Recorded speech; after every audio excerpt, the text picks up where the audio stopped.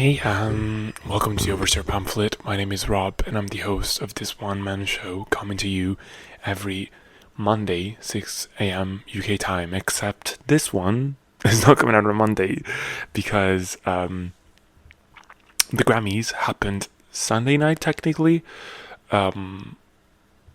Technically Monday morning for us in the UK, but so I thought I wanted to just delay a bit the episode just so I could talk immediately about the Grammys and the outcomes, I guess, of the Grammys as well. So today we'll be basically going through the winners of the Grammys, and I will talk also about my favorite performances, what I thought about the ceremony overall, who I thought slayed, and all that stuff, but mostly will be about the winners and what I think about whether they're deserved, whether they sort of align with my predictions that I made a couple of episodes ago. So if you want to check that out as well, that would be nice in terms of context as well. But yes, we'll go through mostly the main categories. I think we'll go through the general field, and then we'll go into some of the pop and dance mostly, maybe R&B as well. But yeah, that's the main purpose of the episode. I think overall my general thoughts before getting into the actual thing is that I thought this year the Grammys were a bit boring. I don't know, something was missing. I don't know what it was specifically. Maybe there wasn't anything super exciting in terms of interactions maybe that I was expecting, I did enjoy the performances, if I have to be honest, but I don't think there was anything too outstanding. And I'm sorry to bring this up again and again, but Taylor Swift is the music industry. Like, without her at the Grammys, or without Lana, without Beyonce, any of these people, it just felt a bit, out of focus, or like not enough general, I guess, like a bigger impact. I guess that something was missing. There was something that really, didn't make it cut for me. Like, there was nothing too interesting about it. I don't know. I mean, I did enjoy some of the interactions I've seen, but nothing too outstanding, if I have to be honest. So yeah, a bit of a boring show this year, if I have to be honest. I think it could have been also interesting if they brought out more talent as well on the stage, to present not simply singers but also some actors. Maybe would have been pretty cool. I think they could have done a lot. The Grammys missed an opportunity with the Heat of Rivalry cast because everyone is inviting them for a good reason, because they are very viral. Even to this day, they're still being talked about very frequently on social media and everywhere else. So I think they really missed out on that. At least I know they went, Connor and Francois went to some of the Grammys after parties, and they could have been just, I think, involved in a show. There could have been another reason for people to tune in. I think they missed out on that opportunity. We'll see about the ratings if they come out in terms of how many people watched it, but I suspect it's not going to be as big as it could have been, at least. Let's just say that. So yeah, let's get into the winners. So first off, record of the year. I remember saying back in when I recorded my previous episode that I thought it was going to go to APT. And it did not. It went to Luther by Kendrick Lamar and SZA, which I honestly am so fine with. Like, I think that song also had an incredible moment last year.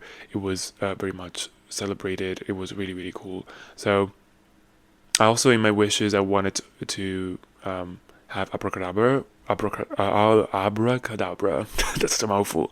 Abracadabra win the record of the year, but hey, I think Luther really, really deserves as well the win. So I think I'm very happy with that. I am 100% happy with that. Also, it seems like Kendrick Lamar has entered the Grammys good graces, basically. Like, he is a Grammy darling now, basically, which is really good to see, honestly. Like, finally some variety, I guess, in what's going on.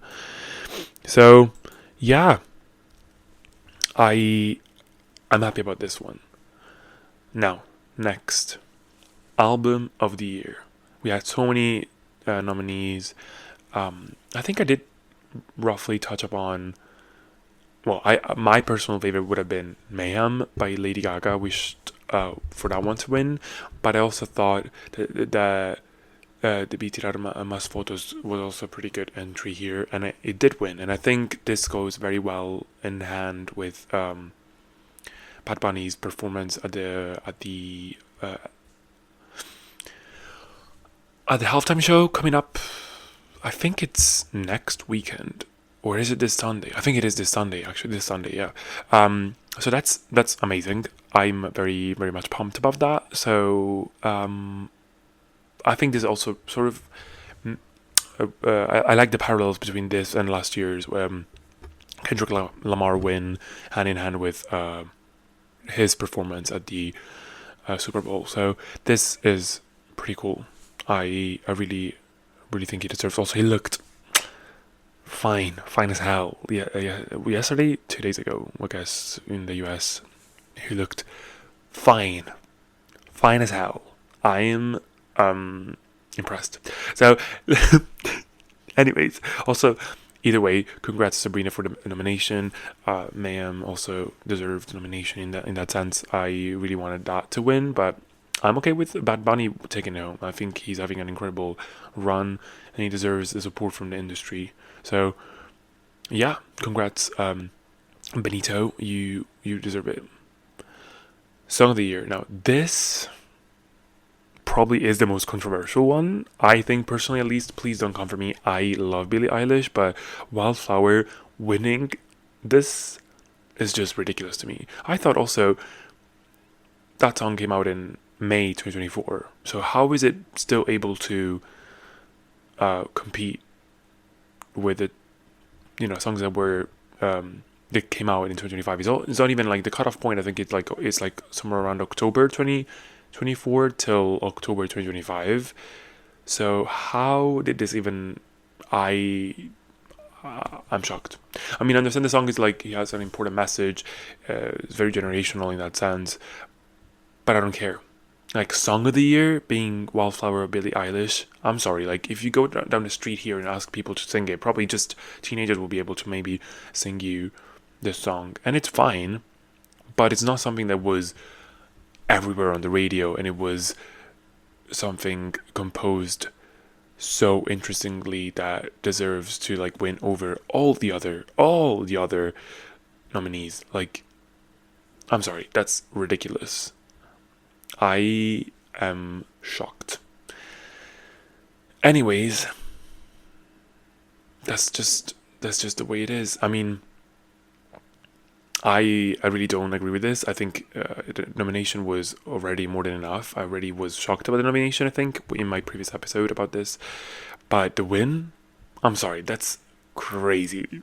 I mean, we know that the Grammys love Billie Eilish and her brother, but that's just, I mean, there were so many other songs that had a greater impact in 2025 compared to this one. So many other, APT, Manchild, Luther, Anxiety, like, honestly, DTMF, like so many golden from K-pop Demon Hunters. I would even go as far to say that song deserved Song of the Year more than Wildflower. But here we are. Here we fucking are. I mean, again, that's so true. Not nominated for Song of the Year or Record of the Year by Gracie Abrams over this one is just baffling. We shall move on. We shall move on. I hope.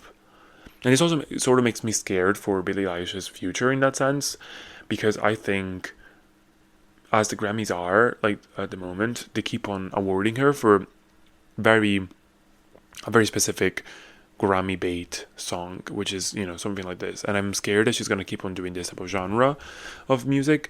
I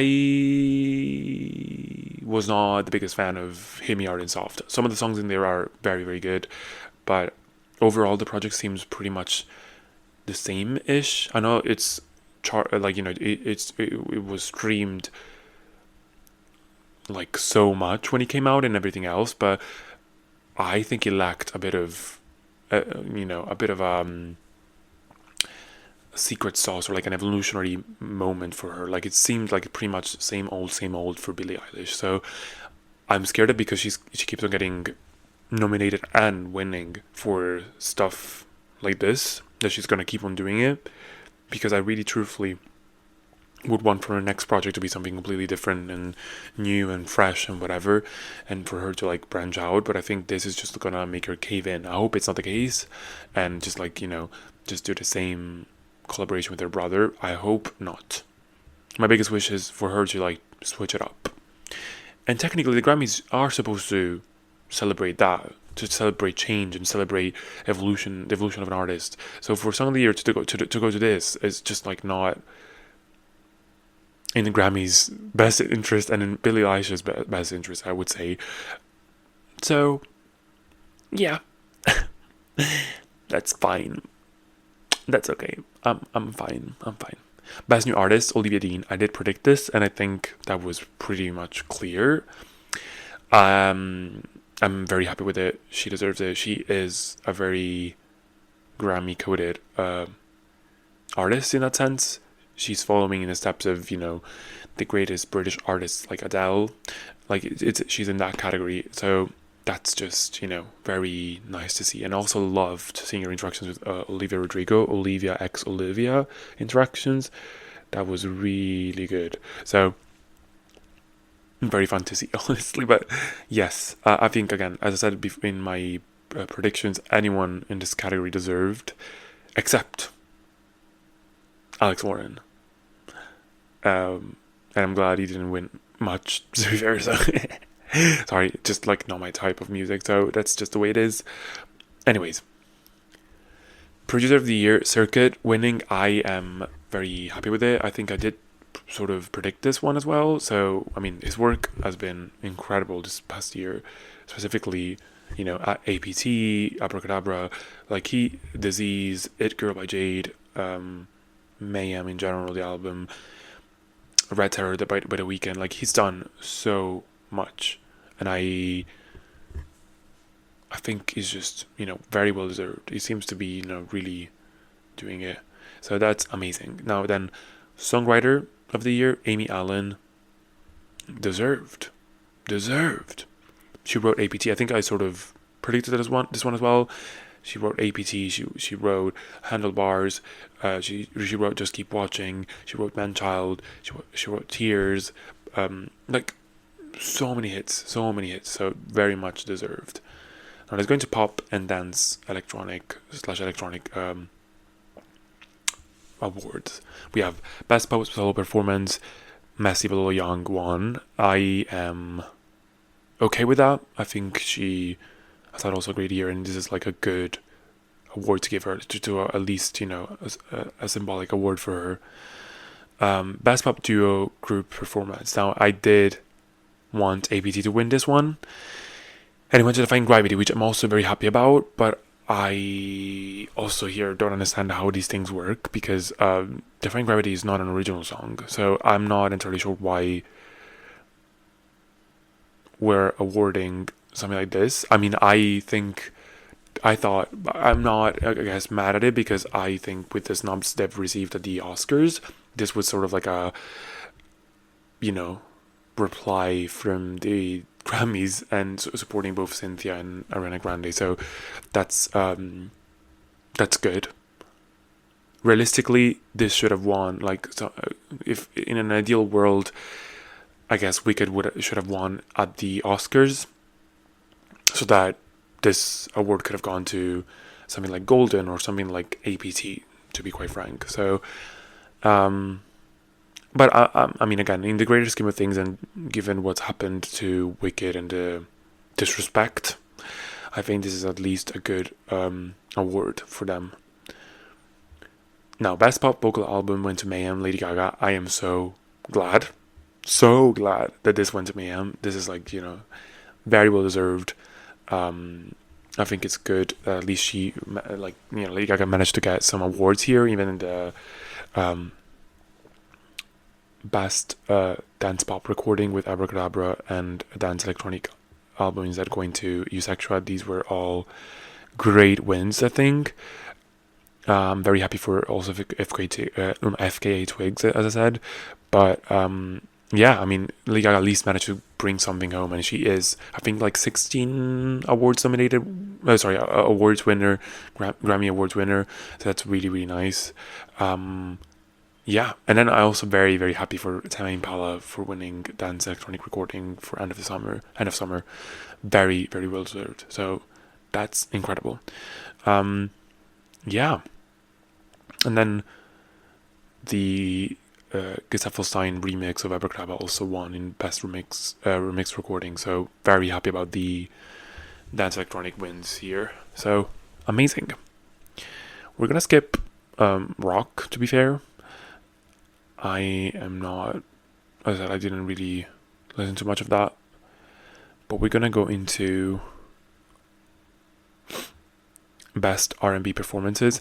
Now, I would have wanted Matt to win, but Dylan Thomas. I don't know if I actually talked about these categories in my original predictions, but I did go after, I think, and see them. But Folded by Kehlani also won in this one, and I'm honestly not mad about it. That Kehlani is incredible, but at least Best Traditional R&B Performance, Leon Thomas won for Vibes Don't Lies, which is like incredible.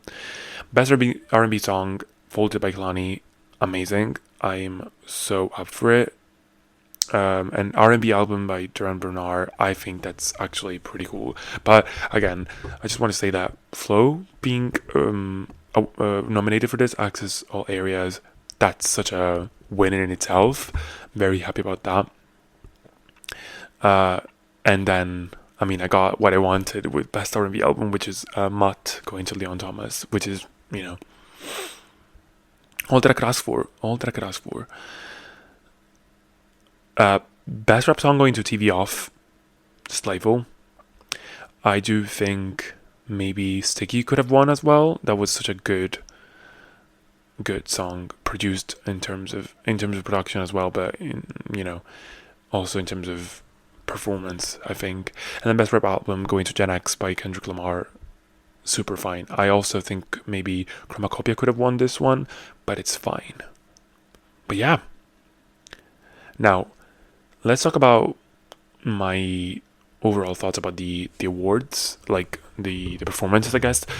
Really, really enjoyed. I think my favorite performance might have been the Lady Gaga one. She's just bringing a completely different vibe from anyone else at the Grammys. Just in her performances, like she just owned the stage and she was just commanding the crowd so well. But just also, she just looks and she just felt, like a seasoned artist. Like she's just incredible. I really liked the costumes. She was just like perfect. Like honestly, like that's Lady Gaga in her element. I also really, really liked Sabrina Carpenter's performance of Man-Child. She was just so good, so captivating. I loved the sing-along element of it, like the bridge, especially of that song, is just pure magic, and her dance moves. Come on, Queen. Also, vocals. Sorry, like her vocals as well. I cannot forget to talk about that because she sounded amazing. Probably some of the best vocals we've received the entire night, if I have to be honest. Justin Bieber flopped. I don't care about seeing him in briefs. F off. And the Addison Rae Famous Gun transition into Cat Eyes Gnarly, that was a gag. Such a gag. That was so good. That's probably my favorite moment in terms of like overall of the Grammys. Like the most memorable one was that to me. That was incredible. Best dressed, I would actually go to say Chappell Rowan was serving looks the entire night. She was just gorgeous. Like that girl knows how to dress in such an interesting way that sets her apart, even more apart than any other person like she could be inspired from. Like even Lady Gaga, they had so different styles, so many different looks as well. And also we managed to get Lady Gaga and Chappell Rowan picture together, so that's history right there, right? History in the making. That was incredible. I really, really enjoyed that. That was so good. And yeah, I think that was, oh yeah, APT and Bruno Mars, so like Rose and Bruno Mars performing opening basically the Grammys. That was so cool. They also brought a nice, I think it was a perfect song to open the Grammys with. So cool. Then I also loved seeing Rose interacting with so many people. Like I'm talking about Olivia Dean, um, Jack Antonoff, and Margaret as well. That was so funny, so like cool to see as well. Of course, her interacting with Bruno Mars in her night was also pretty nice. Her with Samber, just everyone. Her with Bad Bunny as well. I was like, what the fuck? That was very interesting. So yeah, I think that was amazing. That was really really cool. So she also looked amazing, Rosé, like Queen. Her red carpet look was amazing, just really really cool. So yeah, I think overall I enjoyed the performances. I think they were actually really good, the performances. Messi, Lola Young, I thought that was in her usual caliber, just very shouty. I'm just like not the biggest fan of that, but whatever. Um, but yeah, I thought it was very cool. Honestly, overall the vibe was amazing. So, um, but yeah, I think on the same token, like nothing again too memorable happened in this ceremony, which was very interesting because usually the Grammys always something remains in the you know in the culture for a long time. But I mean, yeah, I'm not too sure about what's going on. I really enjoyed seeing Connor Story and Tim McRae interacting. That photo of them, the two of them talking to each other. That was such a gag. Tim McRae, why didn't she perform on stage? Even just keep watching. There would have been, she would have gagged everyone. She would have like ended everyone. And you know what? I think my girl is like entering this phase of like she's gonna drop an album this year. I predict she's gonna drop an album this year, probably more towards like the end of the year. If I have to be honest, I think she's cooking at the moment, which is good. Take a bit of a breather for now, and then come back and just have your moment. I think we have the potential of having another big moment from J. McRae with the next album. So yeah, I am very excited about that. So yeah, overall, my overall thoughts, I guess, like take away from this is mid, mid, mid Grammys. Nothing too interesting happened, basically. Yeah, we hope for better things to come in the future. But honestly, this year it just started, so I am very excited to see what's gonna happen. We have so many interesting potential albums coming out. We have the Harry Styles album, we have the Bruno Mars album, we have the rumored Olivia Rodrigo album, which I'm very curious about. And let's see, like Lana Del Rey possibly dropping finally Stove. I don't know if I'm like really interested in that, if I have to be honest. Like enough with country music, enough. Just scrap that album and do something different. But we'll see. We'll see what happens with that. Anyways, these are my thoughts. Stick around for Songs of the Week, which will be right after our sponsor. But yeah, see you next week. Bye.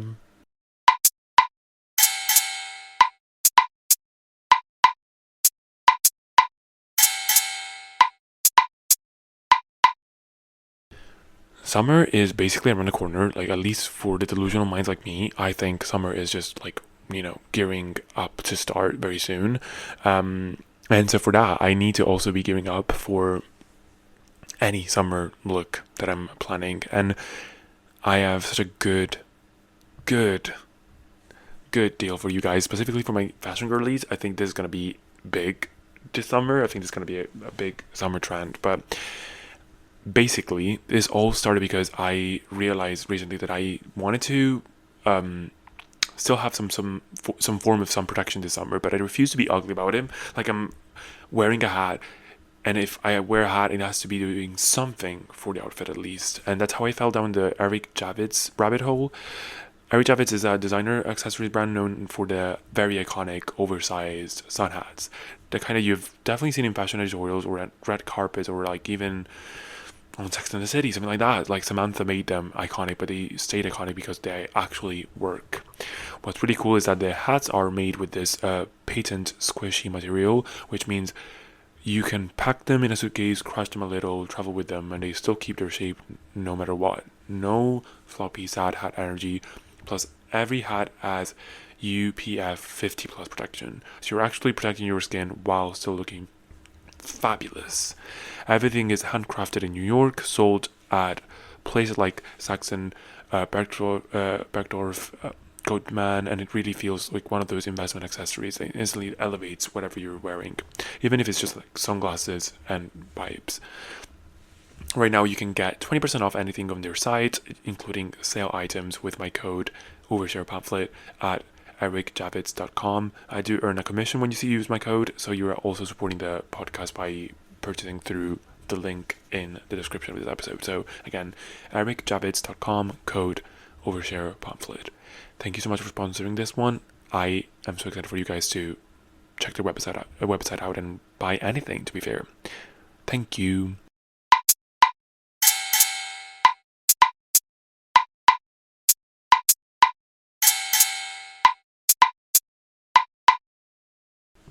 Right, we're back with the songs of the week. This is going to be the first bunch, I guess, of songs for February 2026. We are officially in a new month, so there's going to be a new playlist. Just go to Spotify and just search the Overshare Pamphlet songs of the week, February 2026, and that's going to be showing up. We have quite a few, actually, because I've collected quite a few songs in the span of a week, so I'm very excited to talk to you guys about this. So first one is 404 New Era by Kiki. This is a K-pop song, but I am very, very excited to see where this group goes. They're relatively new. I think this is like their proper first comeback from their debut, and they're doing amazing. This is like a very danceable, like house track in a way. Very, very cool, very fast paced, very interesting, it's very Vogue-y type of song. It seems to be a trend in K-pop at the moment to do a lot of like Vogue inspired songs. So that's definitely part of that. I think just the production in this is just like so interesting, and it's not typical house necessarily. Like there's a lot of bounce to this as well. I really, really enjoyed that. The EP as well. Just go take a look at a whole listen to the whole EP. I think it's very, very cool. It's called Lulu Pack. Very, very cool. I'm liking what they're doing with the images as well.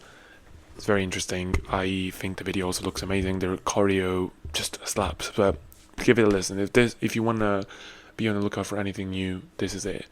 In terms of K-pop specifically. Then we have two songs by Lianne La Havas. I wasn't really familiar with her as an artist, but she is an R&B artist and has a very gorgeous voice. And these two songs are Can't Fight and Bittersweet, radio edit specifically. But both of these songs are different in terms of what type of R&B sound they pulled from, but they're both equally as good and vibey. So the first one, Can't Fight, is more like acoustic guitar, more I would say summery, beachy type of song, really vibey. But the other one, Bittersweet, is instead more like piano based, typical R&B song. Very, very good. They're both incredible. I think the main seller here is just her melodical skills and her voice, just so captivating, which is really good. Really enjoyed that. So amazing. Please give it a listen if you're feeling like discovering something new and like new, I guess, R&B.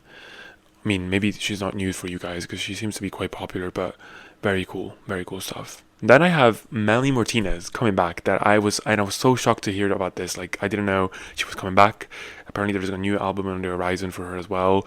But the lead single from this new era is called Possession, and she seems to have ditched the alien thingy or like the fairy thing. She's back to like just being her. But the song very much continues. I think built up from Tunnels, the previous album. this is just on like that indie flair, I guess, but with more of like a church vibe. There's a bit of a organ situation here and some strings as well.